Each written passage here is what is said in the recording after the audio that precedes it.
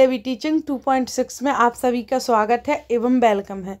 इस चैनल पर short paper लगवाए जा रहे हैं। जो प्रीवियस ईयर के पेपर हैं ना, जो पिछले 2011 से 2023 तक के सभी लगवाए जा रहे हैं, शुरू से पूरे लगवाए जा रहे हैं। तो आप सभी इस चैनल को लाइक, सब्सक्राइब एवं बेल आइकन पर प्रेस कर दीजिए, जिससे आप सभी तक हर नोटिफिकेशन पहुंच सके और आप क्लास अटेंड कर सको। एवं इस चैनल पर 6 to 8 NCERT भी कराई जा रही है। सोशल साइंस की NCERT कराई जा रही है इस चैनल पर 6 to 8 की, जो कि आप देख सकते हो। प्लेलिस्ट भी बना दी गई है एवं क्लासेस भी आती हैं। तो आप इस चैनल को लाइक, सब्सक्राइब एवं बेल आइकन पर क्लिक कर लोगे, प्रेस कर लोगे, तो आपके पास हर नोटिफिकेशन पहुंच सकेगा, जिससे आपको क्लास अटेंड कर पाओगे आप। इसलिए आप सभी ज़्यादा से ज़्यादा शेयर कीजिए एवं लाइक, सब्सक्राइब कर लीजिए, जिससे आप तक नोटिफिकेशन पहुंच सके।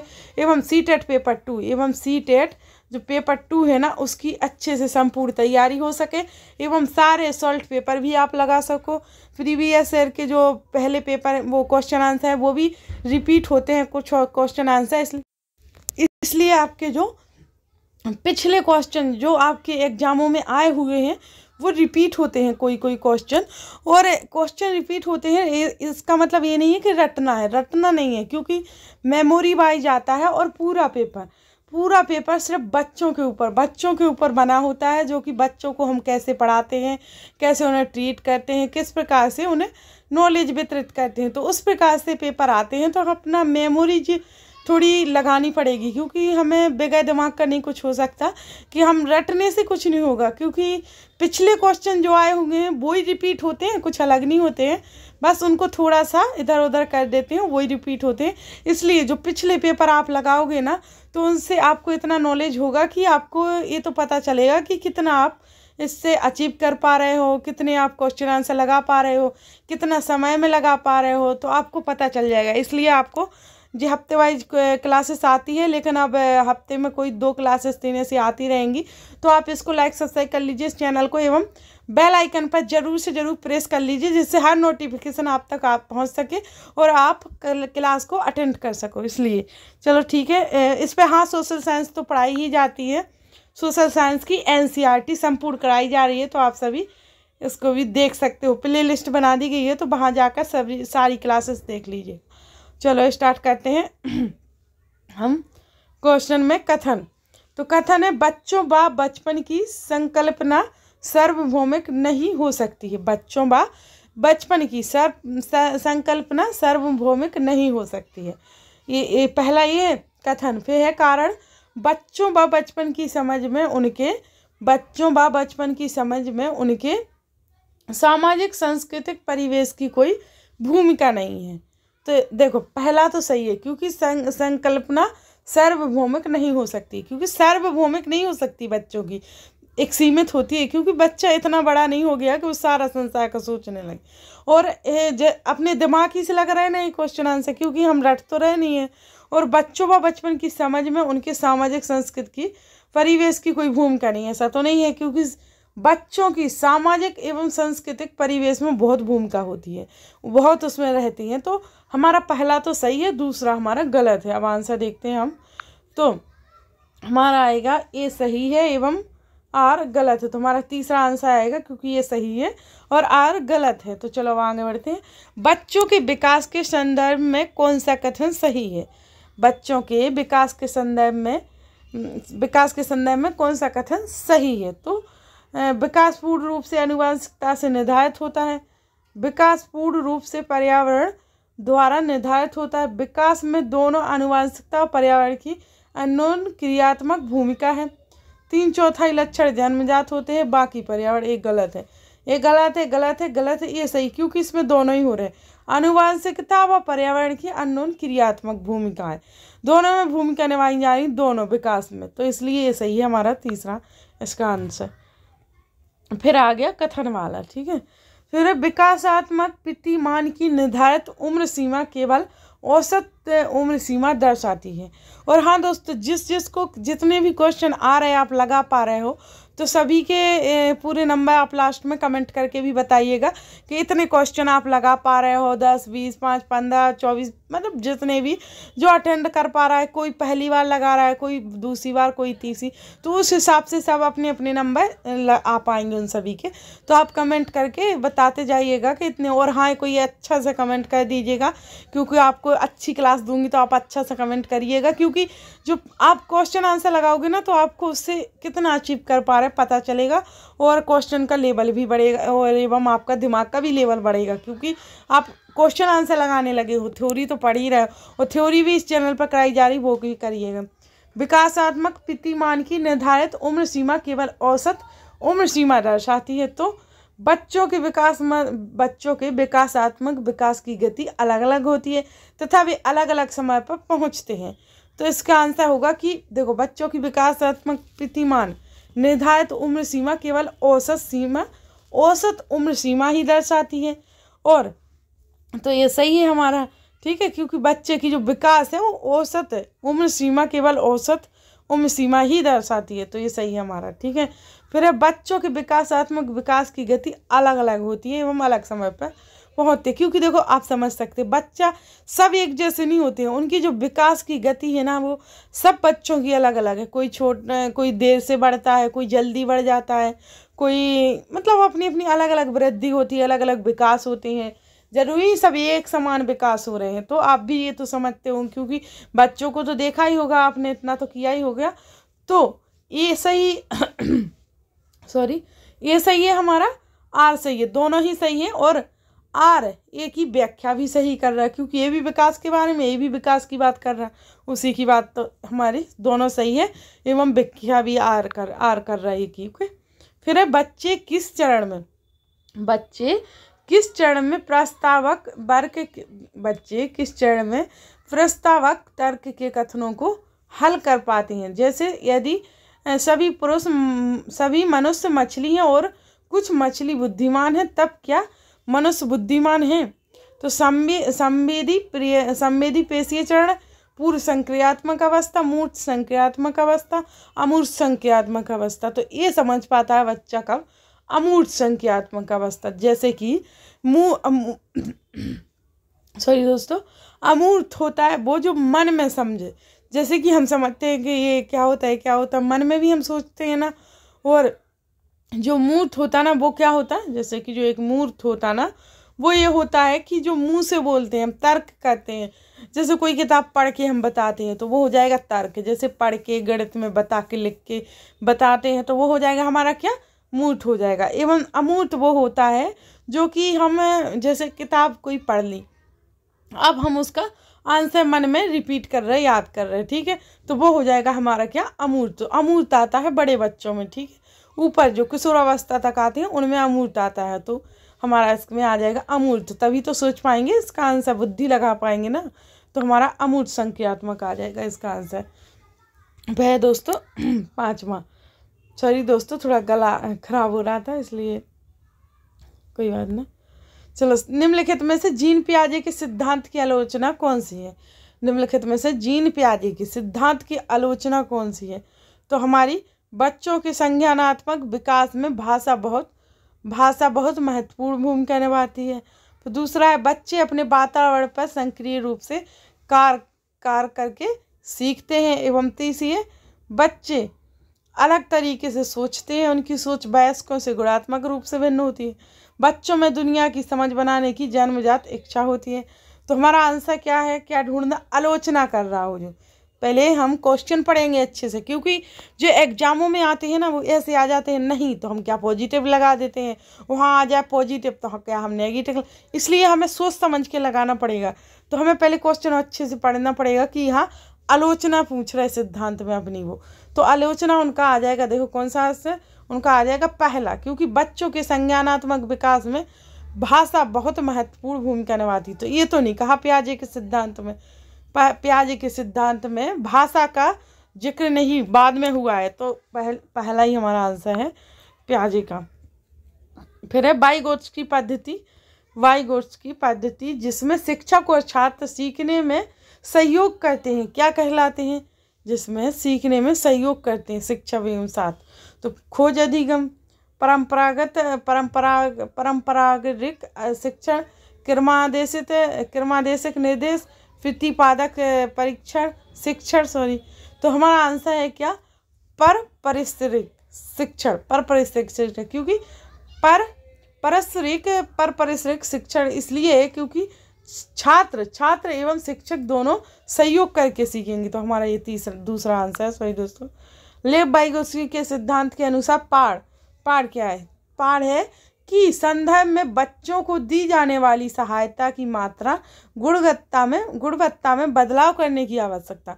बिल्कुल, पाढ़ है हमारा क्या है, जो बच्चों को दी जाने वाली सहायता की मात्रा होती है ना, गुणवत्ता में बदलाव करने की आवश्यकता, ये है हमारा क्या, पाढ़। तो हमारा पहला ही आंसर इसका सही है। फिर लॉरेंस कोहलबर्ग द्वारा प्रतिपादित नैतिक विकास के किस स्तर पर व्यक्ति अपने निर्णय को व्यक्तिगत अधिकारों पर और सर्वोपरि अच्छाई परिणाम पर आधारित है। तो ये है हमारा नैतिक विकास के किस उस पर है, लॉरेंस कोहलबर्ग के द्वारा। तो आज्ञा पालन एवं दंड अभिन्यास नहीं है, क्योंकि ये पहले अच्छा लड़का एवं अच्छी लड़की नहीं, क्योंकि ये बाल अवस्था में आ जाते हैं। अधिकारिता एवं सामाजिक क्रम व्यवस्था नहीं, हमारा है सार्वभौमिक नैतिक सिद्धांत अभिन्यास। ये है सार्वभौमिक नैतिक सिद्धांत अभिन्यास है हमारा, जब व्यक्ति अपने निर्णय को व्यक्तिगत अधिकारों पर सर्वोपरि अच्छाई पर आधारित करता है। तो हमारा ये आएगा चौथा आंसर इसका। फिर है हार्वर्ड गार्डनर ने क्या दिया सिद्धांत, या जो भी कहा, बुद्धिमत्ता का एक स्तर विशिष्टता मानने की परंपरागत सोच की समालोचना की। 12 अलग अलग बुद्धिमान नहीं, ये नहीं है इसका, सृजनात्मक सिद्धांति या बुद्धिमत्ता नहीं। तो हमारा आंसर है इसका पहला, बुद्धिमत्ता का एक स्तर विशिष्टता मनाने की परंपरागत सोच की समालोचना की है। किसने, हार्वर्ड गार्डनर ने की है दोस्तों। फिर है राष्ट्रीय शिक्षा नीति, क्या है फिर, राष्ट्रीय शिक्षा नीति 2020 प्रस्तावित करती है कि प्राथमिक स्तर पर बच्चे बेहतर ढंग से सीखते हैं जब क्या होता है, चलो देखते हैं, निर्देश की भाषा उनकी मातृभाषा घर की भाषा हो। राइट, पहला ही हमारा आंसर हो गया कि जो राष्ट्रीय शिक्षा नीति है 2020 वो क्या प्रस्तावित करती है, तो वो ये करती है कि जो निर्देश की भाषा है उनकी भाषा मातृभाषा है ना, जो घर की भाषा हो, जैसे मातृभाषा को घर की भाषा बोला जाता है जैसे अपनी भाषा में, तो जो घर की भाषा होती ना मातृभाषा, उसको निर्देश की भाषा में जोड़ के हम पढ़ते हैं। जैसे कि हमारे घर की भाषा है उसी को भाषा जोड़ के सीखते हैं ना हम अन्य भाषाएं, ऐसा तो है नहीं कि हम डायरेक्ट अन्य भाषा सीख लेते हैं, नहीं, हम मातृभाषा को ही जोड़ कर, जैसे हमें हिंदी आती है तो उन्हीं का कन्वर्जन करके हम इंग्लिश को सीखते हैं। तो इस प्रकार से हमें अपनी मातृभाषा को जरूर हम लाते हैं साथ में। तो हमारा पहला ही आंसर है इसका। फिर है प्रगतिशील शिक्षा में अधिगमकर्ता, प्रगतिशील कक्षा में अधिगमकर्ता क्या कहते हैं, स्वतंत्र होते हैं व उनमें सीखने की जिज्ञासा होती है। पहला ही हमारा सही हो गया। निर्देश के लिए पूर्णता शिक्षकों पर निर्भर, बिल्कुल नहीं, पूर्णता शिक्षकों पर निर्भर नहीं हो सकते। और को अभ्यास प्रणाली के रूप में देखा जाए, अभ्यास, ये भी गलत हो गया। निष्क्रिय प्रणाली, ये धरी गए नियंत्रण, ये तो बिल्कुल गलत है। तो हमारा पहला ही सही है कि प्रगतिशील कक्षा में जो अधिगमकर्ता होते हैं वो सुसंत होने चाहिए, उनमें सीखने की जिज्ञासा होनी चाहिए। तो हमारा पहला सही है। फिर है सामाजिक रचनावादी सिद्धांतों पर आधारित कक्ष में सामाजिक रचनावादी सिद्धांतों पर आधारित कक्ष में बच्चे निष्क्रिय रूप से सुनते हैं। ये तो गलत हो गया, निष्क्रिय रूप से क्यों सुनेंगे बच्चे, बिल्कुल गलत। हम जो अपनी भावना बच्चों के प्रति लाएं तो हमारे सभी क्वेश्चन अच्छे होंगे कि बच्चों की भावनाओं की सोच से सोचें। अगर हम बच्चे बन के सोच के पढ़ें ना तो बिल्कुल अच्छे जाएंगे हमारे क्वेश्चन। संसाधन निष्क्रिय क्यों, छोटा बच्चा है वो निष्क्रिय क्या जानेगा, जैसे हमारे बच्चे हैं वो थोड़ी ना जानते हैं कि गलत क्या है, वो तो ये जानते हैं कि हाँ ये सही है वो। तो संसाधन केवल प्रदर्शन सॉरी दोस्तों के लिए होते हैं। तो गतिविधि के अनुसार बैठने की व्यवस्था में बदलाव होता है। मूल्यांकन और अधिगम को अलग अलग प्रक्रिया माना जाता है।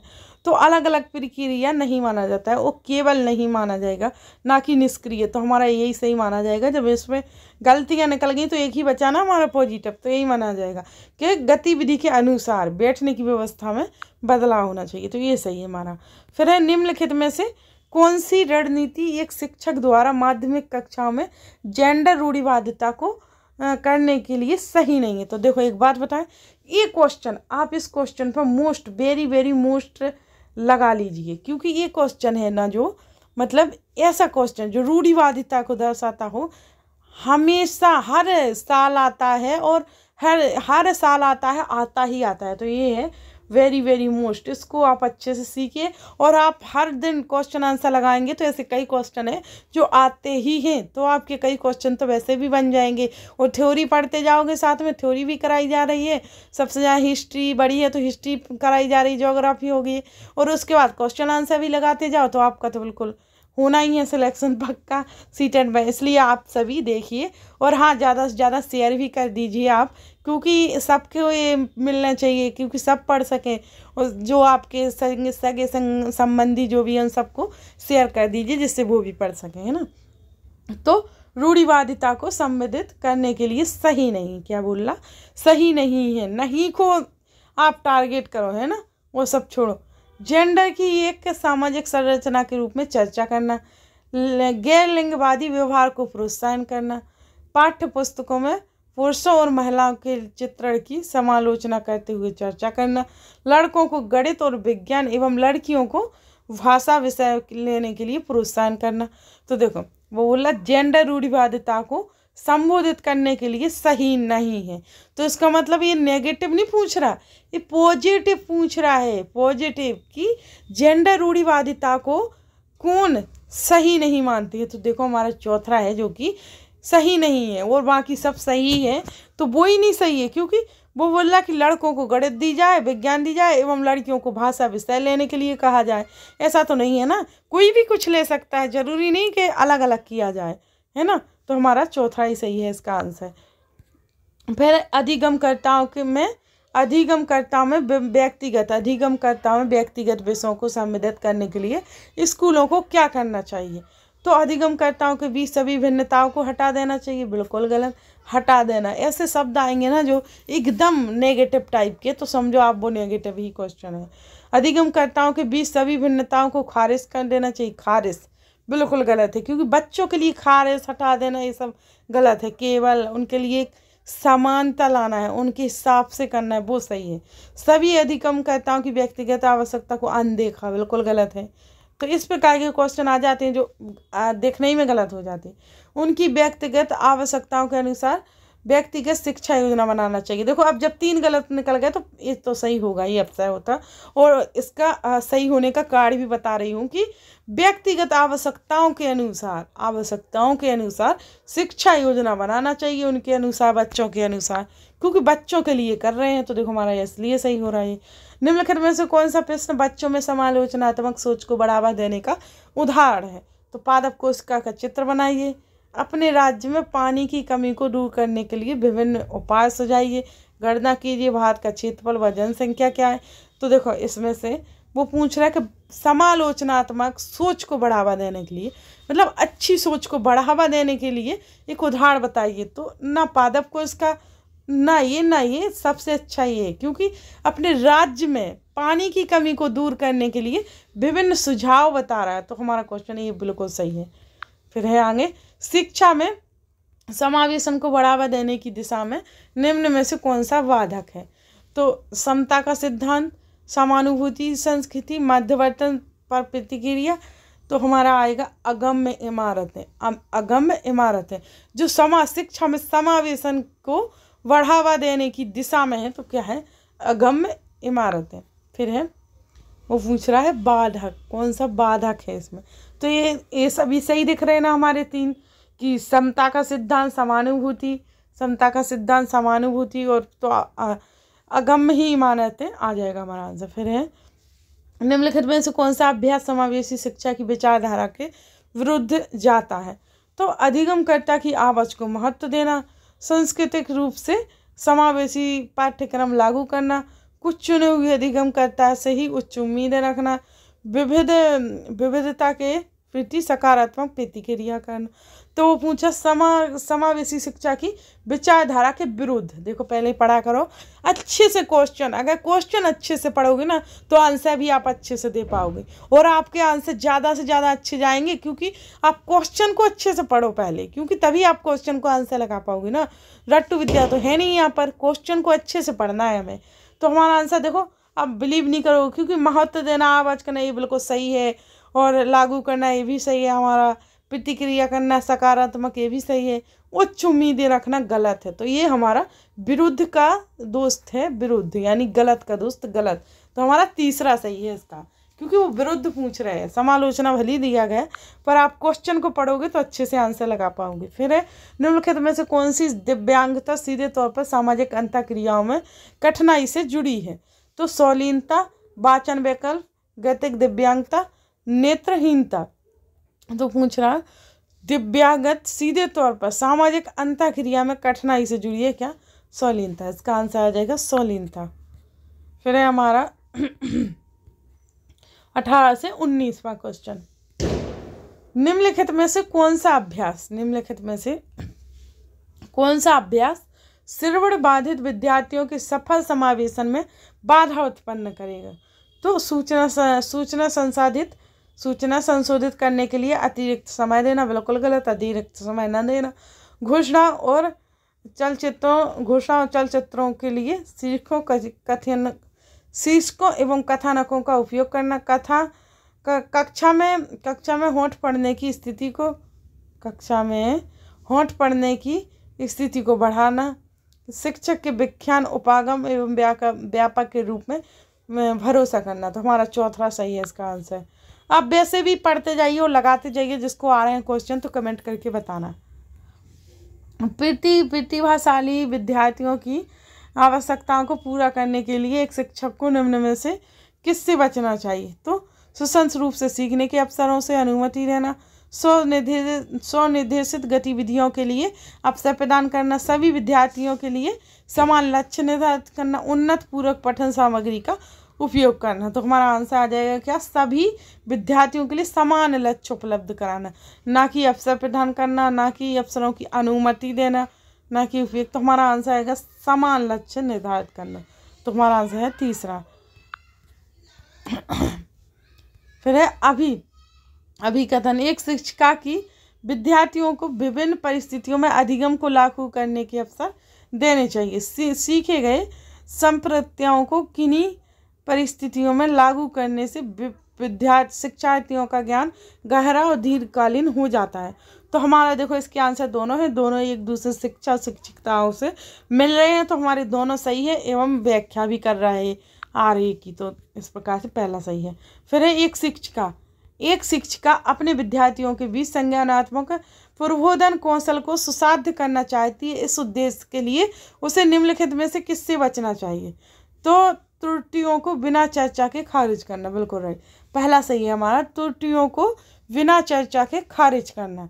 ठीक है, तो वहाँ पहला ही सही हो गया, तो पहला आंसर सही है। और हम जल्दी जल्दी क्वेश्चन लगाएं, क्योंकि थ्योरी हम पढ़ा चुके हैं और पढ़ाई जा रही है, जिससे आपको क्वेश्चन लगाने पड़े केवल, और हम टाइम गंवाएंगे तो ज़्यादा से ज़्यादा क्वेश्चन नहीं लगा पाएंगे प्रीवियस ईयर के, क्योंकि हम कम से कम 120 के समथिंग तो लगा ही लें क्वेश्चन, जिससे हम 100 का टारगेट बना रहे हैं, तो इतने लगाएंगे तो हमारे 100 आ जाएंगे। कोई इसमें नंबर की भीड़ नहीं लगाना है, मेरिट लिस्ट नहीं बन रही है इसमें, केवल आपका क्वालिफाइंग नेचर का है। तो हम 90 हमको चाहिए रहे थे, तो 120 का टारगेट बनाएंगे तो 100 आराम से आ जाएंगे। तो हम जल्दी जल्दी इसलिए करेंगे क्योंकि ज़्यादा से ज़्यादा क्वेश्चन भी कर पाएंगे। विद्यार्थी की सफलता अक्सर अधिगम कार्यों में अरुचि से जुड़ी होती है। इसे निम्न में से किसके द्वारा कम किया जा सकता है? तो कार्य को यथासंभव आसानी से पूरा करने के लिए अनुबंधित करना, गलत, अनुबंधित क्यों करना? विद्यार्थियों को कार्यों को सीखने की प्रासंगिकता को समझने में मदद करना, बिल्कुल राइट, ये सही है कि विद्यार्थियों को कार्यों में सीखने की प्रासंगिकता को समझने की मदद करना, तो ये बिल्कुल सही माना जाएगा, मदद करना। फिर है सीखना प्रभावी और प्रासंगिक हो जाता है जब नई विषय वस्तु पिछले ज्ञान से संबंधित ना की जाए, बिल्कुल गलत। नई विषय वस्तु है जो पिछले ज्ञान से जोड़ेंगे तभी तो हम समझ पाएंगे। विद्यार्थियों द्वारा निष्क्रिय नकल कई बार दोहराई जाती, बिल्कुल गलत। ये निष्क्रिय अगर नकल, ये तो बिल्कुल गलत है। विद्यार्थी अर्थ निर्माण की प्रक्रिया में सक्रिय रूप से सम्मिलित होते हैं, ये बिल्कुल सही है, क्योंकि जब विद्यार्थी अर्थ के तरीके से अर्थ से अच्छे से अर्थ जोड़ के सभी पूरी बुक का अर्थ से सीखेंगे ना पूरी बुक को, तो वो हर क्वेश्चन लगा पाएंगे। तो हमारा आंसर आ जाएगा तीसरा, सही है। फिर निम्नलिखित में से कौन सा प्रश्न क्रियात्मक ज्ञान का उदाहरण है? तो पाइथागोरस परिमेय बताइए। भोजन में उपस्थित मुख्य घटकों के नाम बताइए। साइकिल कैसे चलाई जाती है? गोदान उपन्यास के लेखक बताइए। तो प्रक्रियात्मक ज्ञान क्या बोल रहा वो? प्रक्रिया करना, यानी हम साइकिल कैसे चलाई जाती है तो हम इसको बताएंगे कि इस प्रकार से ऐसे साइकिल लाएंगे। तो हमारा आंसर बताए आएगा साइकिल कैसे चलाई, ना कि ये सब आएंगे। वह अधिसंज्ञान के बारे में निम्नलिखित में से कौन सा कथन सही नहीं है? अब इधर देखिए आप, वो पूछ रहा सही नहीं है ना कि पॉजिटिव। तो अधिसंज्ञान अपने ज्ञान पर मनन करने में मदद करता है। अधिसंज्ञान एक निचले क्रम का ज्ञान है, बिल्कुल गलत। तो बिल्कुल गलत, तो बिल्कुल गलत का गलत, भाई का भाई हो गया, क्योंकि ज्ञान क्रम को अधिसंज्ञान एक निचले क्रम का ज्ञान है। ऐसा तो नहीं है कि निचले क्रम का ज्ञान, तो गलत ही है। अधिसंज्ञान संज्ञान और अधिगम को नियमित करता है। अधिसंज्ञान सोच के बारे में सोचता है, तो नहीं, हमारा ये दूसरा सही हो जाएगा, यानी गलत का भाई गलत, यानी सही। फिर है निम्नलिखित में से कौन सा कारक विद्यार्थियों की समस्या समाधान प्रतिक्रिया में बाधा डालता है? तो चयनित समाधान के परिणामों की आशंका, लक्ष्यों को परिभाषित करना और समस्या का प्रस्तुतीकरण, कई संभावित संसाधनों की खोज, सामग्री के परस्पर उपयोग पर स्थिरता। तो हमारा आंसर आ जाएगा जी चौथा आ जाएगा समस्या के पारस्परिक उपयोग पर स्थिरता, यानी बाधा डालना। तो इसका मतलब स्थिरता कर देंगे तो बाधा डाल जाएगी। फिर वैकल्पिक अवधारणाओं के संदर्भ में निम्नलिखित में से कौन सा कथन सही है? वैकल्पिक अवधारणाएं हमेशा निराधार होती हैं और शिक्षकों द्वारा इन्हें अत्यधिक हतोत्साहन किया जाना चाहिए, बिल्कुल गलत। इसमें हतोत्साहन आ गया, क्योंकि बच्चों को नीचा दिखाना, मतलब बच्चों की कोई जैसे कोई पढ़ रहा है तो उसको ये बोलना तुम नहीं ये कर पाओगे, तुम नहीं ये कर पाओगे, तो वो उस हतोत्साहन हो जाएगा, हतोत्साहित हो जाएगा। आप उससे बोलो आप कर सकते हो, ये आप करके दिखा पाओगे, तो उसको ऐसा लगेगा हाँ मैं कर सकता हूँ, वो कोशिश तो करेगा। आखिरकार आप हतोत्साहित ही कर दोगे तो कहाँ से करेगा? तो ये गलत है, हमारा सही पूछ रहा वो इसलिए। और हमारा दूसरा है वैकल्पिक अवधारणा बच्चों को सीखने की क्षमता में मध्यस्थता में सार्थक है, ये सही, हमारा सार्थक दिया है इसमें। फिर वैकल्प विचारक परिवर्तन में संज्ञानित समस्याओं के बारे में कुछ भी नहीं दर्शाती, गलत है कि कुछ भी नहीं दर्शाती। फिर वैकल्पिक धारणा केवल, ये भी गलत हो गया केवल, तो हमारा दूसरा सही है इसका आंसर। फिर निम्नलिखित में से कौन सा संवेग अधिगम को नकारात्मक रूप से प्रभावित करता है? अधिगम को नकारात्मक रूप से, जिज्ञासा सही है, आनंद सही है, गौरव सही है, नकारात्मक सोच रहे गलत का भाई गलत, निराशा। तो हमारा आंसर है तीसरा। फिर किसी कार्य की सफलता या विफलता पर निम्नलिखित में से कौन सा आरोपण, किसी कार्य की सफलता या विफलता पर निम्नलिखित में से कौन सा आरोपण भविष्य में विद्यार्थियों की प्रेरणा और इसी तरह के कार्यों में संलग्न होने के प्रयासों में गिरावट का कारण बन सकता है? स्थिर एवं गैर नियंत्रित का स्थिर, नियंत्रित कर आंतरिक, नियंत्रित का आंतरिक स्थिर। तो ये गलत है, गैर नियंत्रित का एवं स्थिर, तो ये हमारा पहला ही सही है। फिर हमारे आ गए अब सामाजिक के क्वेश्चन, ठीक है। सामाजिक विज्ञान यानी हमारी हिस्ट्री, ज्योग्राफी और राजनीति, मतलब सभी जो भी सोशल साइंस के क्वेश्चन है ना, मैं सोशल साइंस की एनसीईआरटी भी पढ़ा रही हूँ आप सभी को। तो इसी चैनल पर प्लेलिस्ट बना के दी गई है, तो आप उस पर जाकर देख सकते हो। फिर से बोल रही शेयर कर दीजिए दोस्तों, जिससे मुझे भी मोटिवेशन मिलेगा और मेरा पढ़ने का मन और होगा, मैं और अच्छे से पढ़ाऊँगी और जल्दी जल्दी आपको पेपर लाती रहूँगी, तो आपका नॉलेज और आपका कितना अचीव कर पा रहे हो आपको सब पता चल जाएगा। इसलिए आप सपोर्ट कीजिए, यहाँ शेयर कीजिए, जिससे सभी को भी इसका लाभ उठा सकें। और 7वीं शताब्दी में बड़े बड़े भूस्वामी और योद्धा सरदारों में धन और शक्ति प्राप्त कर अपने को घोषित किया, क्या किया? तो बड़े भूस्वामी ने क्या किया अपने को घोषित? चलो उसे देखते हैं। राजा राजदेव, बिल्कुल नहीं। दक्षिणापथ, क्योंकि वो दक्षिणापथ तो चारों तरफ है, वो जो इमारत थी उसके चारों तरफ था, तो ये नहीं है चारों तरफ घूमना। अश्वघोष नहीं है, राजा राजदेव तो राजा है। गलत, तो गलत नहीं, सॉरी, मैं पहले थ्योरी में पढ़ा चुकी हूँ, इसलिए श्योर हूँ कि भूस्वामी को महासामंत ही कहते हैं। महासामंत समझने लगे थे, वो अपने आप को महासामंत घोषित करना चाहते थे। फिर है राजा अशोक पर दिए गए, ये राजा अशोक पर दिए गए कथनों को पहले पढ़ना है इनको, फिर इनके सही उत्तर चुनना है हमें। तो अशोक एक प्रसिद्ध मगध शासक था। अशोक एक प्रसिद्ध मगध शासक था। अशोक के अभिलेख पाली भाषा और वारही लिपि में थे। अशोक अकेले एक राजा थे जिन्होंने युद्ध जीतने के बाद अविजित को छोड़ा। तो हमारा आंसर क्या है, देखो सी है केवल हमारा आंसर, क्योंकि अशोक, पहली बात देखो मैं अच्छे डिटेल्स में समझाऊंगा आपको। अशोक पहली बात तो मगध शासक के नहीं थे, अशोक थे मौर्य शासक। कौन थे अशोक? अशोक थे मौर्य शासक, ना कि मगध शासक, तो हमारा ये गलत है। फिर अशोक के अभिलेख पाली भाषा और वारही लिपि में थे, बिल्कुल गलत। अशोक के अभिलेख प्राकृतिक भाषा में लिखे थे, तो हमारे पहला और दूसरा गलत है और सी सही है, क्योंकि अशोक ने युद्ध जीतने के बाद अविजित को छोड़ा था। ठीक है, तो हमारा आ जाएगा कौन सा सही, इसमें आ जाएगा हमारा तीसरा सही। तीसरा ये भी गलत है और सी सही है। फिर है प्रारंभिक मध्यकालीन समय में दक्षिण भारत में सैनिक अभियान के समय हुआ था। क्या हुआ था? तो सैनिक अभियान के समय कुतुबुद्दीन ऐबक, शमसुद्दीन ऐबक, जलालुद्दीन खिलजी, अलाउद्दीन खिलजी। तो अलाउद्दीन खिलजी के समय हुआ था क्या? दक्षिण भारत में सैनिक अभियान अलाउद्दीन खिलजी के समय। निम्नलिखित में हड़प्पा कालीन नगरों में से गुजरात में कौन स्थित है? निम्नलिखित में हड़प्पा कालीन नगरों में से गुजरात में कौन स्थित है? तो धोलावीरा, मेहरगढ़, कोलदीवा और राखीगढ़ी, लोथल और कोलदिवा। तो धोलावीरा एवं लोथल है गुजरात में, ठीक है, स्थित। निम्नलिखित में से कौन सा कथन जैन धर्म के संदर्भ में है? तो मुख्यतः पुरोहितों ने जैन धर्म का समर्थन किया। किसानों के लिए इन नियमों का पालन करना आसान था।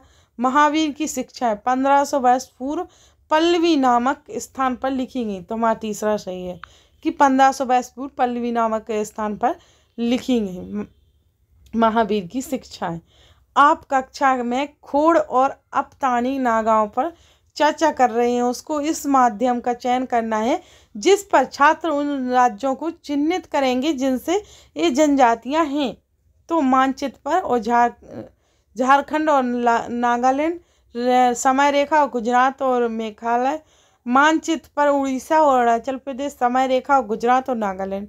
तो हमारा आंसर रहेगा सही तीसरा कि मानचित्र पर हम उड़ीसा और अरुणाचल प्रदेश को टारगेट मतलब मध्य का चयन करेंगे। चयन इस उड़ीसा एवं अरुणाचल प्रदेश करेंगे उन राज्यों में को चिन्हित करेंगे जिनमें जनजातियां हैं। तो उड़ीसा एवं अरुणाचल प्रदेश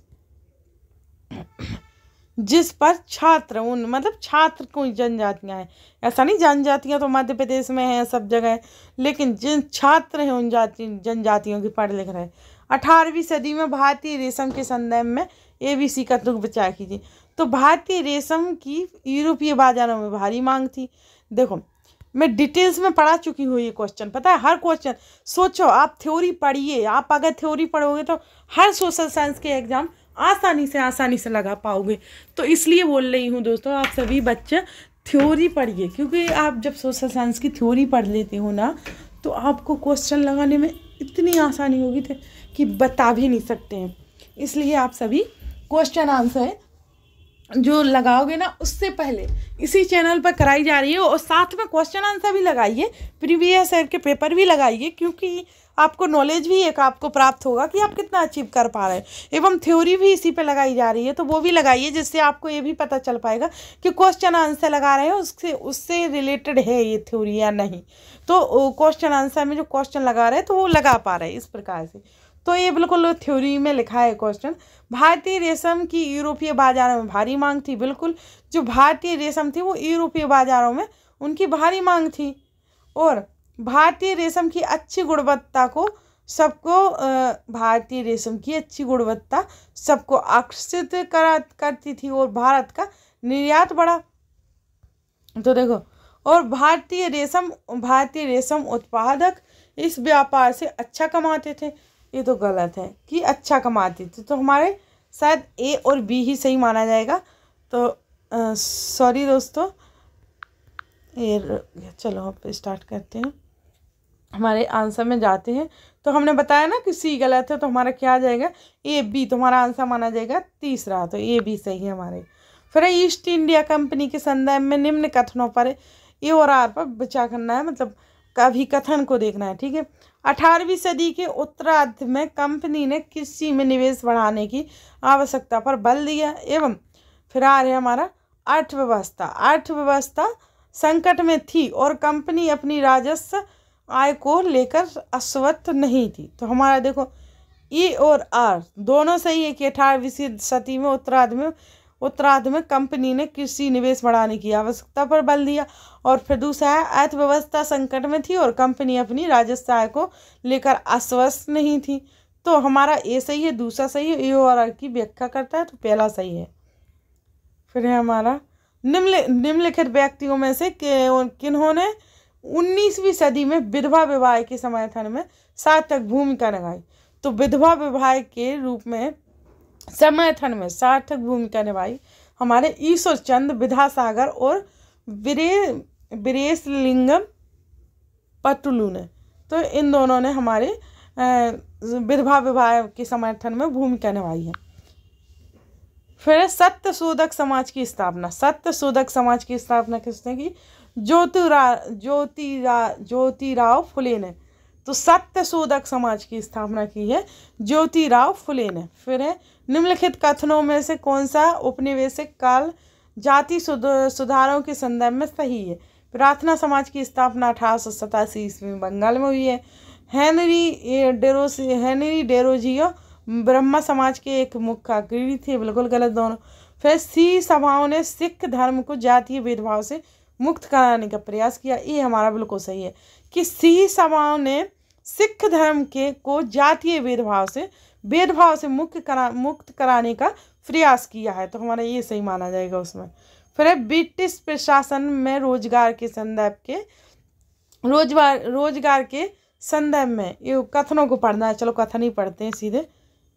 भारतीय राष्ट्रवादी आंदोलन के मध्यमार्गी चाहते थे कि सिविल सेवा की परीक्षा भारत और लंदन दोनों में आयोजित की जाए, एवं वे चाहते थे कि कुछ सामाजिक गुटों समूहों से लोगों को ब्रिटिश प्रशासन में अवसर दिए जाने चाहिए।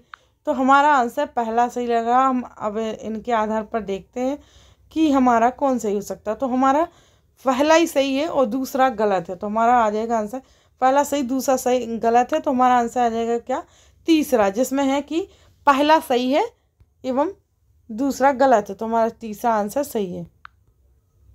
फिर है निम्नलिखित में से कौन सा कथन रॉयल सत्याग्रह के संदर्भ में सही है।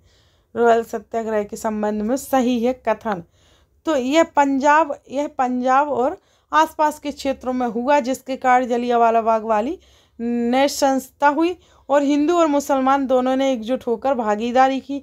यह विरोध मौलिक अधिकारों जैसे अभिव्यक्ति की आज़ादी, स्वतंत्रता को नकारने के विरुद्ध था। रविन्द्रनाथ टैगोर ने इस आंदोलन के साथ पूर्ण एकता जताने के लिए अपनी नाइटहुड की उपाधि त्याग दी। तो हमारा आंसर माना जाएगा BCD, पहला गलत था, तो हमारा आंसर है तीसरा BCD। फिर है अभिकथन, फिर आ गया। फिर है स्वतंत्रता के शुरुआती दशकों में भारी उद्योगों पर बल दिया गया और अर्थव्यवस्था सरकारी दिशा निर्देशों से चली, एवं कारण फिर एक बड़ी जनसंख्या को गरीबी से मुक्त करना और तकनीकी और औद्योगिक विकास पर आधारित आधुनिक देश का निर्माण करना एक महत्वपूर्ण लक्ष्य था। तो हमारे दोनों ही सही है, हम व्याख्या भी कर रहे हैं, तो हमारा आंसर आ जाएगा फर्स्ट की AOV दोनों सही है, हम सही व्याख्या भी कर रहे हैं। फिर है असंख्य छोटे पिंड जो सूर्य का चक्कर लगाते हैं तथा मंगल व बृहस्पति ग्रह की कक्षाओं के बीच पाए जाते हैं। तो इसका आंसर क्षुद्र ग्रह, जो कि सूर्य के चक्कर लगाते हैं, जो पिंड जो सूर्य के चक्कर लगाते हैं, एवं मंगल एवं बृहस्पति ग्रह की कक्षाओं के बीच वे कहला क्षुद्र ग्रह, मतलब बीच कहलाते कौन से, क्षुद्र ग्रह। कौन से मैं ज्योग्राफी में सब पढ़ा चुकी हूँ। कौन से देशांतर को भारत के लिए मानक एवं उत्तर माना गया है। तो कौन सी देशांतर को? तो 821/2 डिग्री पूर्व को देशांतर की मानक रेखा, भारत की मानक रेखा कहा गया है। निम्नलिखित कथनों में से कौन सा ऋतुओं में परिवर्तन व्याख्यान के लिए सही नहीं है? तो हमारा आंसर आएगा ऋतुओं में परिवर्तन पृथ्वी के चारों ओर सूर्य की स्थिति में परिवर्तन के कारण होता है। जब उत्तरी गोलार्ध सूर्य की तरफ झुका होता है तब कर्क रेखा वाले क्षेत्रों में ऊष्मा अधिक प्राप्त होती है और गर्मी के मौसम का अनुभव होता है। तो हमारा दूसरा सही है, ना कि पहला। तो हमारा इसका आंसर दूसरा माना जाएगा, केवल बी। फिर जब ग्रीन विच पर दो अपराह्न का समय हो तो 45 डिग्री पश्चिम में क्या बजा होगा? तो 11 बजे होंगे 45 डिग्री पश्चिम में। तो ज्योग्राफी में पढ़ा चुके हैं और हिस्ट्री बहुत अच्छे से पढ़ाई गई है, तो आप जाकर देखिए, प्लेलिस्ट बना दी गई है। और ज्योग्राफी भी देखिए, अगर आपको लग रहा हो ज्योग्राफी में डाउट, क्योंकि वो कैमरा से पढ़ाई गई है और आपको अच्छे से नहीं दिख रहा हो तो आप कमेंट करके बताइएगा। तो ज्योग्राफी भी अच्छे से पढ़ा दी जाएगी हिस्ट्री की तरह।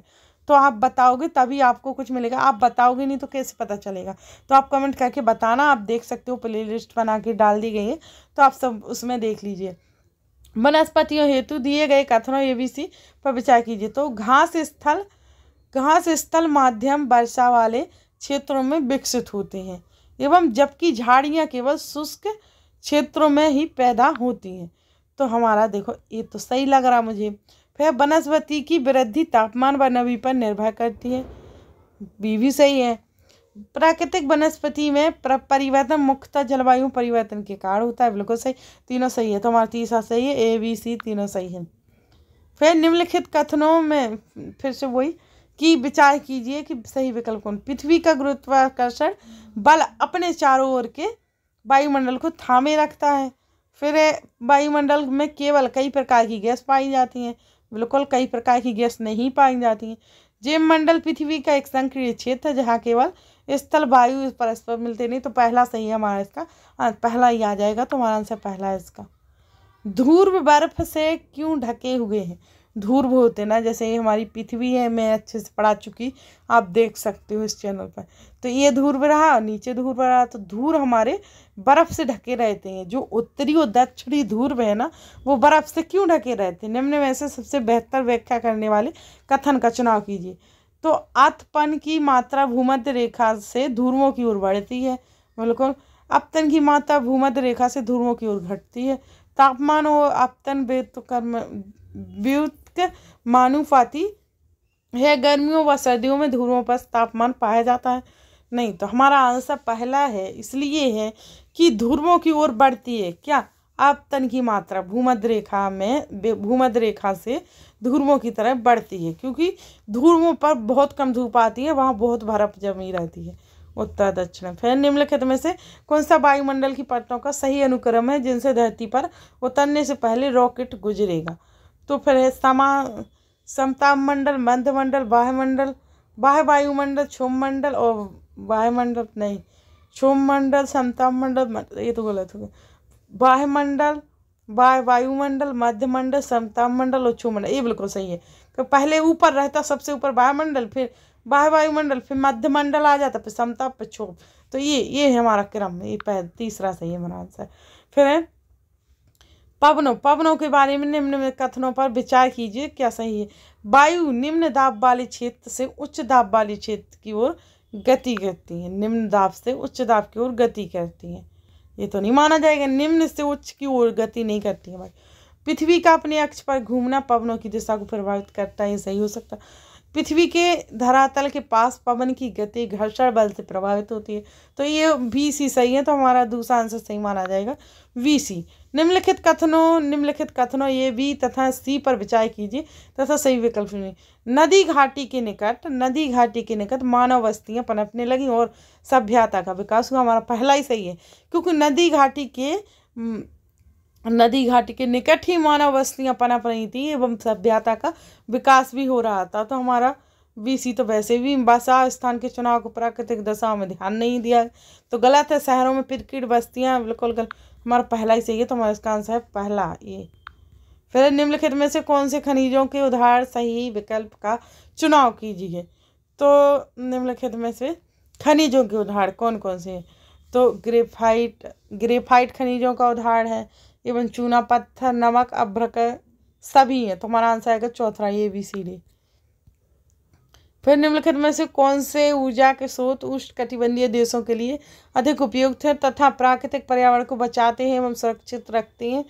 तो हमारा है परमाणु, नहीं, हमारा आ जाएगा पवन और सौर, गैस ना कि परमाणु, पवन और सौर है। पवन और सौर सुरक्षित रखते हैं प्राकृतिक पर्यावरण को, पवन और सौर। फिर रोपड़ कृषि के बारे में निम्नलिखित करो। रोपड़ कृषि, चलो हम कथन ही देख लेते हैं। रोपड़ कृषि मिश्रित कृषि का एक प्रकार है। रोपड़ कृषि मिश्रित कृषि का एक प्रकार है, बिल्कुल गलत। रोपड़ कृषि मिश्रित का प्रकार नहीं है। रोपड़ कृषि के मुख्य क्षेत्र विश्व के उष्णकटिबंधीय प्रदेशों में पाए जाते हैं। तो ये सही है हमारा B। तो इसका आंसर है दूसरा B सही। फिर है निम्नलिखित में से कौन सा वाक्य पूर्वाग्रह से ग्रसित होने का उदाहरण है? पूर्वाग्रह से ग्रसित होने का कारण है। तो गांव के लोग मुख्य तौर पर खेती करते हैं। गांव के लोग अच्छी अंग्रेजी नहीं बोल सकते। तो बिल्कुल सही।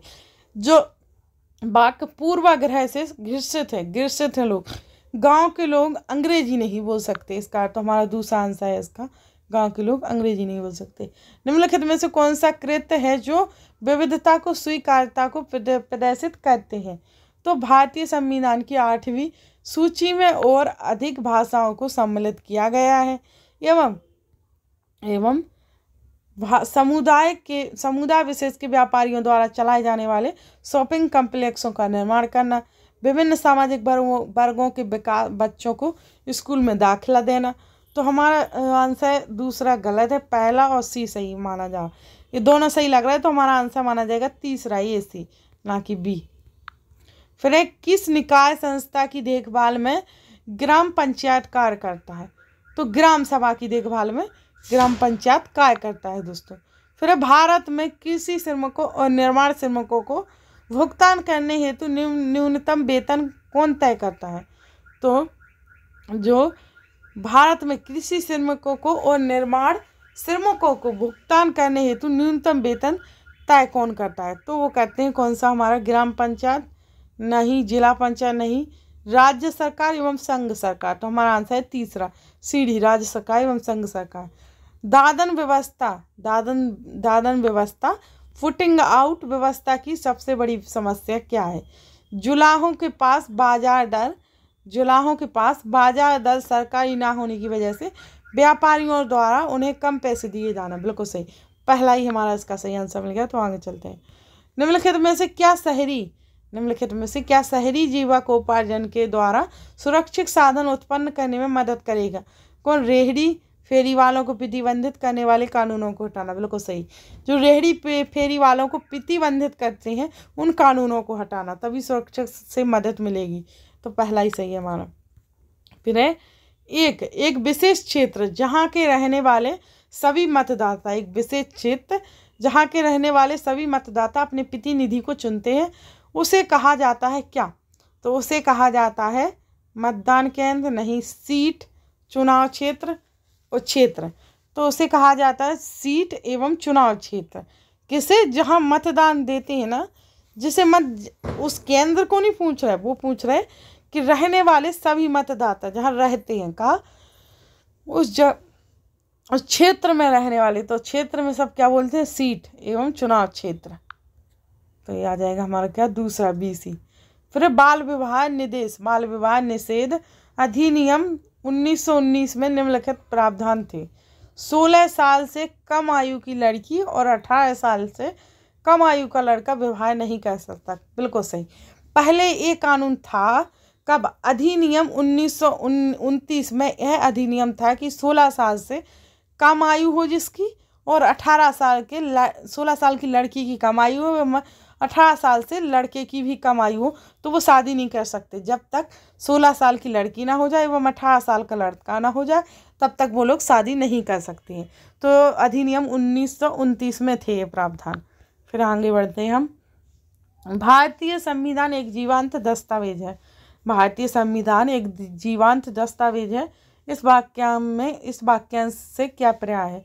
तो संविधान जीवन के अधिकार को एक मौलिक अधिकार के रूप में सुनिश्चित करता है। संविधान का गठन भारत के वास्तविक लोगों द्वारा किया गया, ना कि उससे बाहर से थोपा गया। संविधान लोगों को बदलती परिस्थितियों के अनुरूप ढलते हुए उनके जीवन में वास्तविक अर्थ रखता है। बिल्कुल सही, वास्तविक अर्थ रखता है संविधान। तो हमारा तीसरा इसका आंसर सही है। किस भाग को भारतीय संविधान की अंत आत्मा कहा जाता है? किस भाग को भारतीय संविधान की अंत आत्मा कहा जाता है? तो हमारा मौलिक अधिकार, जो मौलिक अधिकार है ना हमारे, उन्हीं को संविधान की आत्मा कहा जाता है, अंत आत्मा। निम्नलिखित में से कौन सा भारत में फौजदारी कानून से संबंधित है? तो अपराध की जांच के बाद अदालत में मुकदमा केस दायर किया जाता है एवं ऐसे व्यवहारों या क्रियाओं से निपटा जाता है जो कानून की दृष्टि से अपराध है एवं न्यायालय में याचिका केवल प्रभावित पक्ष की ओर से किया जाता है। नहीं, बिल्कुल गलत है। तो पहला दूसरा सही है, तो हमारा पहला आंसर सही माना जाएगा। फिर है निम्नलिखित में से कौन सा अनुसूचित जाति एवं अनुसूचित जनजाति अत्याचार निवारण अधिनियम 1989 के बारे में सही है? तो 1989 के बारे में सही कौन है? तो यह संविधान के अनुच्छेद 17 का संशोधन है। बिल्कुल नहीं, यह अनुच्छेद संविधान के 17 का अनुच्छेद नहीं। इसमें उन अपराधों की सूची है जिन्हें अपमान के रूप तौर पर पहचाना गया। बिल्कुल सही। इनमें से आदिवासी और दलित समुदायों की महिलाओं के लिए विरुद्ध होने वाले अपराधों की सूची। बिल्कुल सही। इसमें ऐसे कित्तों की सूची है जिनके द्वारा दलितों और आदिवासियों को वंचित रखा जाता है। तो हमारे BCD सही है। तो हमारा दूसरा आंसर सही है, BCD। तो इस प्रकार से जो हम वैसे भी लगा पा रहे होंगे आंकड़ा कि इस प्रकार की बात कही गई तो कौन सही हो सकते हैं। वो जो नहीं लगा पा रहे वो थ्योरी जाकर उन्हें पढ़नी ही पड़ेगी, क्योंकि थ्योरी पढ़ेंगे तो उन्हें सब समझ आ जाएगा कि क्यों इस क्वेश्चन का आंसर ये पढ़ रहा है। स्कूल में दूसरे बच्चे हमारा मजाक उड़ाते थे। हम घर पर मंथाली भाषा बोलते थे और हिंदी भाषा नहीं जानते थे। वक्ता शिकार है किसका? समाजीकरण का, अधिवादिता का, संस्कृतिकरण का, हंसियाकरण का। तो इसका आंसर सही है, हंसियाकरण का शिकारी है भाषा। निम्नलिखित में से कौन सा सामाजिक विज्ञान पाठ्यचर्या के मानकीय पक्ष है? तो समानता के मुद्दे, न्याय के मुद्दे, व्यक्तित्व के मुद्दे। तो हमारा क्या आ जाएगा? समानता के मुद्दे एवं न्याय के मुद्दे, ना कि व्यक्तित्व के मुद्दे। तो हमारा आंसर आ जाएगा फर्स्ट, AB। निम्नलिखित में से कौन सी गतिविधि समीक्षात्मक चिंतन कौशल विकसित करने का अवसर देती है? तो किसी विशेष इतिहासकार के वृत्तांत के आधार पर किसी घटना के बारे में सीखना, घटनाओं को तथ्यों और सबूतों के आधार पर जांचना। तो दूसरा हमारा सही है इसका। फिर है बाह्य वेधन अग्नि चट्टान। विषय शुरू करने से पहले निम्नलिखित में से कौन से विषयों को पढ़ाया जाना आवश्यक है? तो कौन से विषय को पढ़ाया जाना सबसे ज़्यादा आवश्यक माना जाता है? तो लावा, पृथ्वी का आंतरिक भाग, छलकट अवसाद, बेसाल्ट। नहीं, तो लावा को पढ़ेंगे तो हम सब पढ़ लेंगे उसी में, और पृथ्वी के आंतरिक भाग को पढ़ेंगे तो सब पढ़ लेंगे। तो हमारे इन दोनों भाग को पढ़ाया जाना आवश्यक है। तो ये भी पहला आंसर सही है हमारा। फिर ग्रामीण क्षेत्रों में जीवन के अनुभवों को अच्छी तरह से समझने में निम्नलिखित में से कौन सी गतिविधि विद्यार्थियों की सहायता करेगी? निकटवर्ती क्षेत्रों के खेतों में जाना, कक्षा में किसान अथवा खेतीहर मजदूर को आमंत्रित करना एवं पाठ्यपुस्तक में दी गई विषय वस्तु के विवरणों को समझना एवं नहीं, ये गलत लगा, पाठ्यपुस्तक में इससे गलत लगा। स्थानीय क्षेत्र की खोजों संबंधी गतिविधियों पर वीडियो दिखाना। तो सी सही लग रहा। चलो विकल्प में देखें किस प्रकार से दिए गए। तो हाँ दिए गए A, B, C गलत है, तो D। तो हमारा चौथा सही है इसका आंसर। सुश्री मोनिका अपने छात्रों को उत्तर प्रवास की अवधारणा समझाना चाहती है। निम्नलिखित में से कौन सा उदाहरण उन्हें ऐसा करने में सबसे अधिक मदद करेगा? तो ऑस्ट्रेलिया में अंतर्राष्ट्रीय छात्र, सूडान में घटती जनसंख्या, बेंगलुरु में बढ़ती आबादी, भारत में ग्रामीण क्षेत्रों की शहरी क्षेत्रों में से प्रभाव। तो हमारा दूसरा सही है, सूडान में घटती जनसंख्या। निम्नलिखित में से कौन सी गतिविधि गहरी प्रशासन की समझ करने में सबसे अधिक मदद करेगी? तो नगर निगम के एक प्रतिनिधि द्वारा ली जा रही एक संगोष्ठी में छात्रों को भाग लेने के लिए कहना, ये सही है हमारा। छात्रों से उनके राज्य के लिए जो विशिष्ट राज्य कानून एवं उनकी सूची बनाने के लिए कहे, ये नहीं लग रहा। छात्रों को शहर के मेयर के कार्यालय में ले जाना, तो ये सही लग रहा। स्वस्थ भारत मिशन पर चर्चा, छात्रों को सम्मिलित कराना, नहीं तो हमारा ए सी सही है, तुम्हारा आंसर आ जाएगा दूसरा ए सी। एक भूगोल शिक्षक पवन ऊर्जा उत्पादन पर एक पाठ पढ़ाने की योजना बना रहे हैं। निम्नलिखित में से कौन सा विषय इसे पढ़ाने से पहले उनके द्वारा पढ़ाया जा चुका होना चाहिए, जिससे बेहतर संप्रदायात्मक समझ बन सके। तो वायुदाब पढ़ाया होना चाहिए, जिससे वो पवन ऊर्जा के बारे में अच्छे से समझ पाएगा, योजना बना पाएगा। तो वायुदाब का पाठ पढ़ा होना चाहिए, जिससे वो बेहतर से समझ पाएगा। फिर है छात्रों को नागरिक अधिकार आंदोलन के विषय से परिचित कराने के लिए निम्नलिखित में से कौन सी गतिविधि सबसे अधिक उपयुक्त होगी। तो भारत में सांप्रदायिक संघर्षों की घटनाओं पर शोध करना, लग तो नहीं रहा। द्वितीय विश्व युद्ध के दौरान यूरोपीय युद्धियों को जनसंहार पर एक वृत्त चित्र लिखना। फिर है भेदभाव को प्रतिबंधित करने वाले भारतीय संविधान के अनुच्छेद 15 को पढ़ना। नहीं, उत्तरी अमेरिका में गुलामी की प्रथा पर चर्चा करना। जो उत्तरी अमेरिका में गुलामी की प्रथा पर चर्चा करना सही है इसका आंसर। फिर है छात्र भारत के स्वतंत्रता संग्राम के बारे में सीख रहे हैं, इस बारे में निम्नलिखित में से कौन सा प्रश्न गतिविधि अधिक प्रतिक्रियाओं को बढ़ावा देगा। तो भारत का स्वतंत्रता संग्राम किस प्रकार संयुक्त राज्य अमेरिका के स्वतंत्रता संग्राम के समान या उससे भिन्न है। किसी भी भारतीय राज्य के लिए सभी नए अवज्ञा आंदोलन प्रारंभ होने तक की सभी घटनाओं की समय रेखा है। तुम्हारा दूसरा सही है, बिल्कुल सही।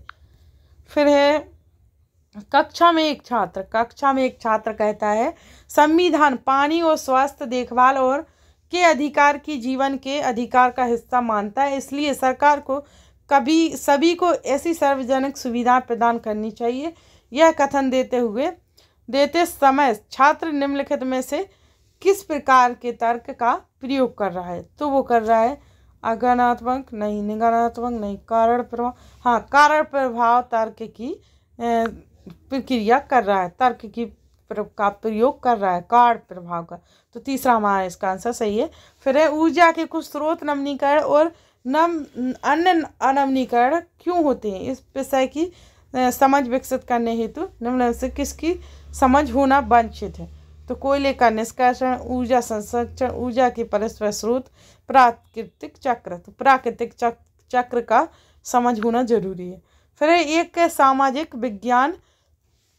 सामाजिक विज्ञान शिक्षिका चाहती है कि उनके छात्र भारत में इस्पात उद्योग के लिए एक पुरानी नीति को समझे, जिसके लिए वे एक पुराना लेख पढ़ें। हालांकि इसके लेखक एक नौकरशाह हैं जिन पर रिश्वतखोरी का आरोप है। जिस शिक्षिका इस सोच में है कि इस लेख का उपयोग करें या ना करें और कैसे करें। सामाजिक विज्ञान शिक्षिका के लिए निम्नलिखित में से कौन सा सबसे अधिक जिम्मेदार दृष्टिकोण है। तो उल्लेख करें कि कई अधिकारी भ्रष्ट होते हैं और लेख पढ़ना जारी है।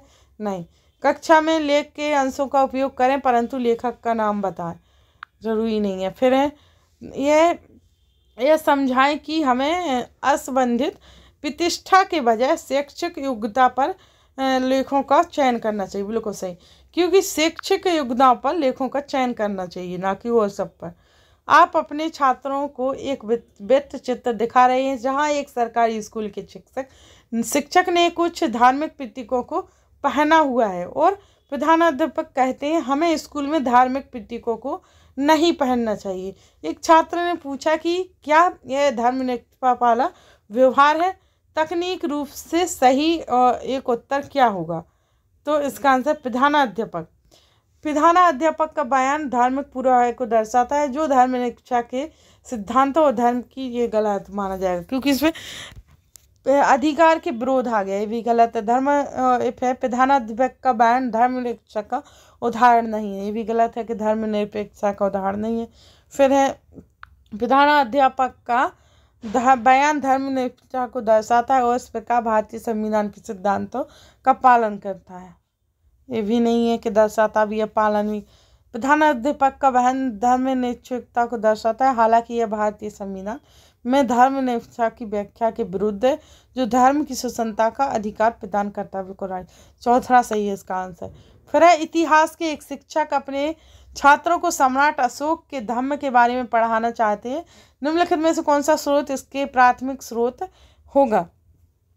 अशोक महान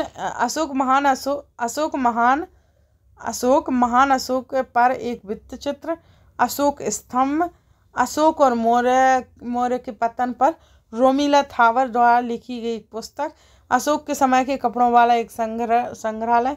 दूसरा अशोक स्तंभ माना जाएगा प्राथमिक स्रोत। अशोक का क्या माना जाएगा? अशोक स्तंभ। निम्नलिखित में से कौन सा अभ्यास छात्रों को धर्मनिरपेक्षता के विषय का अनुप्रयोग ब्लूम के वर्गीकरण के अनुसार करने की दिशा में अग्रसर करेगा? तो एशिया में धर्मनिरपेक्ष का पालन करने वाले देशों की सूची बनाना। क्या धर्मनिरपेक्षता भारतीय संविधान द्वारा अंगभूत सिद्धांतों में से एक है? दिए गए देश की विशेषताओं को धर्मनिरपेक्ष तथा गैर धर्मनिरपेक्ष में वर्गीकृत करें। बिल्कुल सही, तीसरा हमारा इसका सही माना जाएगा। दोनों देशों में वर्गीकृत करें, धर्मनिरपेक्ष एवं गैर धर्मनिरपेक्ष। तो हमारा तीसरा सही है। श्री जस्टिन विक्रेता के दृष्टिकोण से साप्ताहिक बाजारों की प्रकृति के बारे में अपने छात्रों की समझ का परीक्षण करना चाहते हैं। निम्नलिखित में से कौन से प्रश्न इसका परीक्षण करने के लिए उपयुक्त है? तो क्या साप्ताहिक बाजार परिवार की सभी आवश्यकताओं को पूरा कर सकता है? क्यों नहीं है? फिर है साप्ताहिक बाजार और स्थायी दुकान की विशेषताओं की तुलना करें और विषमता दिखाएं। क्या आपको साप्ताहिक बाजार में एक विशिष्ट ब्रांड मिलने की संभावना है? यदि है तो क्यों है, और यदि नहीं है तो क्यों नहीं है? क्या कोई विक्रेता साप्ताहिक बाजार में अन्य विक्रेताओं की तुलना में अपनी कीमत बहुत बढ़ा सकता है? यदि बढ़ा सकता है तो क्यों बढ़ा सकता है, एवं यदि नहीं तो क्यों नहीं? तो हमारा आंसर ए छोड़ के तीनों ही एक जैसे हैं, सही भी हैं। तो बी सी डी तीसरा आंसर। फिर एक शिक्षक अपने छात्रों को यह समझाना चाहते हैं कि इतिहास की व्याख्या कई तरीकों से की जा सकती है। इस उद्देश्य के लिए निम्नलिखित में से कौन सी गतिविधि सबसे कम होगी? तो छात्रों को मध्ययुगीन युद्ध से संबंधित हाल ही की खोज के बारे में पढ़कर यह समझने को कहें कि नई जानकारी से युद्ध के मौजूदा विवरण में कैसे बदलाव किया जा सकता है, एवं छात्रों से दो अलग अलग शताब्दियों में किसी विशेष समुदाय के इतिहास और प्रथाओं के बारे में लिखे गए लेखों को पढ़ने के लिए कहें, एवं छात्रों को एक समुदाय के दो अलग अलग सदस्यों से उनके इतिहास, सांस्कृतिक और प्रथाओं के बारे में बात करने के लिए कहे। छात्रों से शासित देश के इतिहासकार और शासक देश के इतिहासकार द्वारा उपनिषद बात के बारे में वृत्तांत पढ़ने को कहें। तो हमारा इनमें से हमारा बी सही नहीं लग रहा, जो प्रथाओं के बारे में लिखे और पढ़ने के लिए कहें। तो हमारा है ए सी डी सही है। तो हमारा कौन सा होगा? दूसरा सही माना जाएगा, ए सी डी। फिर है अधिगम उद्देश्य छात्र लोकतंत्र में मीडिया की भूमिका के बारे में अपनी समझ दिखाएंगे। निम्नलिखित में से कौन सा प्रश्न इस उद्देश्य का सबसे अच्छा परीक्षण करता है? तो सरकारी नियंत्रित मीडिया और निजी मीडिया दोनों महत्वपूर्ण हैं। क्या मीडिया बाहरी नियंत्रण से मुक्त है? और मीडिया को घटनाओं की संतुलित रिपोर्ट क्यों लिखनी चाहिए? तो एवं उन दृष्टांतों का वर्णन करें जब सरकार ने मीडिया पर नियंत्रण सेंसर लगाया था। तो हमारा तीसरा सही है, क्योंकि घटनाओं की संतुलित रिपोर्ट क्यों लिखनी चाहिए, ये बिल्कुल सही है इसका क्वेश्चन। फिर है हमारा क्वेश्चन 89। फिर आ जाएगा हमारा कौन सा 89 सही है। 89 आ जाएगा कि सुश्री रोज अपनी कक्षा से पढ़ती है। यदि मनुष्य ने अलग अलग क्षेत्रों के बिना पूरी दुनिया के लिए एक ही घड़ी रखने का फैसला किया तो क्या होगा? 4 छात्र निम्न उत्तर देते हैं। जैसे छात्र 1 है, कि देशांतर रेखाएं अब किसी काम की नहीं रहेंगी। दुनिया के विभिन्न हिस्सों में मौसम बदल जाएगा। दुनिया के सभी हिस्सों में दिन और रात एक साथ होंगे एवं कुछ देशों के लिए सुबह 5 बजे होंगे तो कुछ के लिए 7 बजे होंगे। तो विचार के स्पष्टता से क्रमशः छात्रों को व्यवस्थित कीजिए। तो हमारा पहला तो आ जाएगा, कैसे करें हम, देखो पहले आ जाएगा दूसरा, तीसरा, पहला, चौथा, इस प्रकार से क्रम हो रहा है हमारे। क्या आ जाएगा, पहला, दूसरा, तीसरा, चौथा, यानी चौथा हमारा आंसर सही है। फिर है 90। निम्नलिखित में से कौन सा प्रश्न संज्ञानात्मक प्रक्रिया के अनुप्रयोग पक्ष का आकलन करते हैं। तो मनी प्रॉब्लम्स क्या है, इस भाषा में लिखी गई एक पुस्तक का नाम बताइए एवं आपके परिवार के प्रबंधन प्रजातंत्र मूल्यों को कैसे प्रयोग में लाया जाता है। ये नहीं है आकलन, दोनों आकलन नहीं है। फिर है प्रजातंत्र, मतलब आकलन नहीं हो सकता, इसमें से ABCD ढूंढना है, ना कि एक अलग, ठीक है। तो फिर है प्रजातंत्र के मुख्य सिद्धांतों का वर्णन कीजिए। आपके विद्यालय में, हाँ ये सही नहीं लगा तो वो है भी नहीं। आपके विद्यालय की गतिविधियों में प्रजातांत्रिक मूल्यों को कैसे प्रयोग में लाया जा सकता है। एक क्षेत्र जिसकी जनसंख्या में 12.5 लाख पुरुष तथा 13.45 लाख महिलाएं का लिंग अनुपात क्या होगा। तो हमारा इसका आंसर माना जाएगा BDE, ना कि C, ना कि E। तो हमारा चौथा आंसर इसका सही है। फिर है हमारा आगे, तो आगे क्या है हमारा, आगे है हमारा ये क्वेश्चन कि निम्नलिखित में से कौन सा विद्यार्थियों में निष्कर्ष निकालने के कौशल का विकास करने के लिए सही शिक्षण शास्त्रीय क्रम है। तो अनुमान लगाना, B है पठन और बारीकी से देखना, C है पाठ्य सामग्री में से कुछ बिंदुओं की पहचान करना। तो हमारा क्या माना जाएगा, तो पहले हमें क्या करना है, पठन और बारीकी से देखना।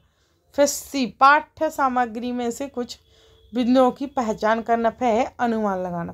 तो हमारा आंसर आ जाएगा तीसरा BCA। फिर है निम्नलिखित में से कौन सी शिक्षा शास्त्रीय विधि विषय वस्तु आधारित उपागम के सबसे निकट विद्यार्थियों को मुहावरों का प्रयोग करते हुए वाक्य बनाने में मदद करने के लिए दिन प्रतिदिन में काम आने वाली वस्तुएं देखना। विद्यार्थियों को पठन सामग्री में नए शब्दों को रेखांकित करने और शब्दकोश में उनका अर्थ ढूंढने के लिए कहना। फिर है कक्षा में विद्यार्थियों को छोटे छोटे समूहों में बांटना, प्रत्येक समूह में अलग अलग कहानी पढ़कर उस चर्चा पर चर्चा करने के लिए कहना एवं विद्यार्थियों की रुचि के विषयों पर पाठ्य सामग्री का चयन करना और कहानियों के मुख्य विचार बिंदु ढूंढने के लिए कहना। तो हमारा चौथा सही माना जाएगा इसका आंसर। फिर है कक्षा 6 के विद्यार्थियों को अक मार्क और शक मार्क की क्रिया पढ़ाने के बाद अध्यापिका समूह में गतिविधि करवाती है। विद्यार्थी ये शक मार्क क्रिया का एक वाक्य पुस्तक से पढ़कर विद्यार्थी B को आक्रामक क्रिया में बताती है कि विद्यार्थी B अनुमान लगाती है कि इस वाक्य का शक मार्क क्रिया रूप क्या होगा एवं आवश्यकता अनुसार सुधार करती है कि पुनः दोहराती है जब तक कि विद्यार्थी B सही अनुमान लगा ले एवं यह गतिविधि किसका प्रतिनिधित्व करती है। तो स्वयं की उत्पाद, बिल्कुल सही, पहला सही है, स्वयं की उत्पाद परिणाम परिकल्पना का प्रतिनिधित्व करती है। फिर है सास्वर वचन की कक्षा में सक्रिय श्रवण का प्रदर्शन करने के लिए कौन सी गतिविधि सबसे कम उपयुक्त है। तो विद्यार्थी कहानी पढ़ रही है, जब भी वह गलती करती है अध्यापिका उसे रोक देती है, सुधार करती है और दोहराने के लिए कहती है। तो हमारा इसका आंसर पहला ही सही है कि ये गलती है। फिर है आंसर 111वां क्वेश्चन। तो हमारे 120 क्वेश्चन होने जा रहे हैं, तो आप सभी फिर से बोल रही हूँ, जिसने नहीं करा है तो वो लाइक सब्सक्राइब कर लीजिए एवं बेल आइकन पर प्रेस कर लीजिए, जिससे आपके पास हर नोटिफिकेशन मिल सके आपको।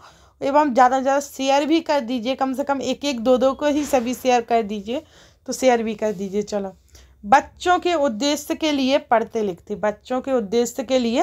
पढ़ते लिखते हैं तो रटना गलत, अर्थ निर्माण ये ऐसे ही हमारा, कक्षा कार्य पूर्ण करना, पदोन्नति के लिए प्रमाण पत्र नहीं, बच्चे अर्थ निर्माण उद्देश्य के लिए पढ़ते लिखते हैं। तो दूसरा सही हमारा आंसर। विद्यार्थियों को विस्तारात्मक लेखन से परिचित करवाने के लिए उसमें निहित कौशलों के विकास के लिए कौन सी गतिविधि सर्वाधिक रूप से मदद करेगी? तो विद्यार्थियों द्वारा रोल प्ले, जिसमें उन्हें हाव भाव के साथ संवाद बोलने हैं, एवं विद्यार्थियों को बताई गई वस्तु के लिए 100 शब्दों का प्रयोग करते हुए रचनात्मक विज्ञापन की अभिकल्पना करनी है। तो हमारा दूसरा सही है, इसका अभिकल्पना करनी है 100 शब्दों के साथ।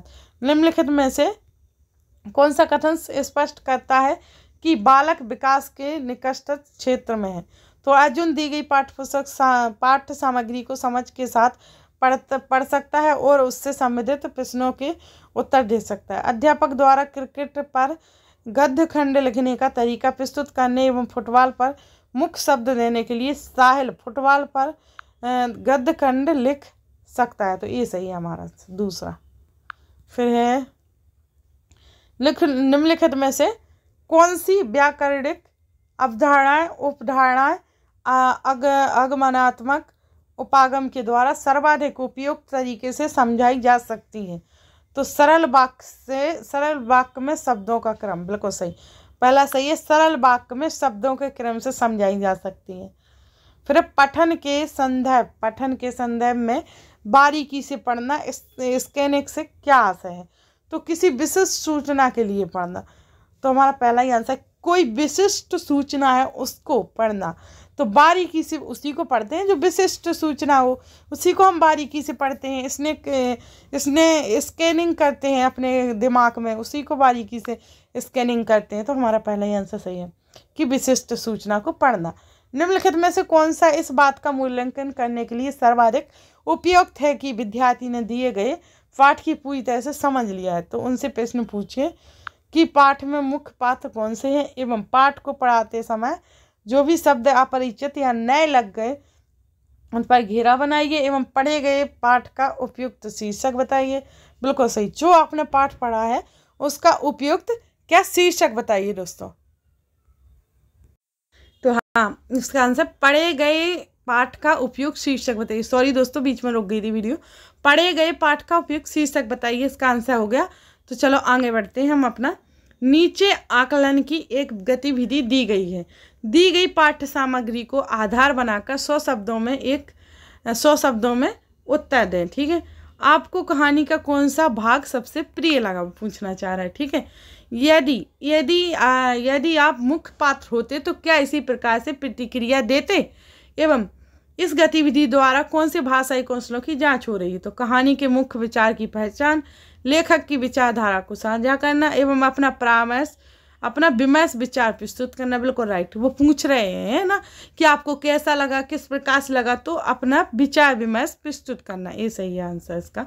फिर निष्कर्ष निकालने के कौशल का विकास करने के लिए कौन सी शिक्षण अधिगम सामग्री एक अच्छा संसाधन है? तो प्रमाणिक वस्तुएं और पठन सामग्री, कक्षा में शब्द दीवार एवं एक पठन सामग्री का भिन्न वस्तु भाषाओं में अनुवाद करके देना, विभिन्न छवियों को दर्शाने वाले फ्लैश कार्ड और उनके आधार पर अनुमान लगाना कि वे किस बारे में।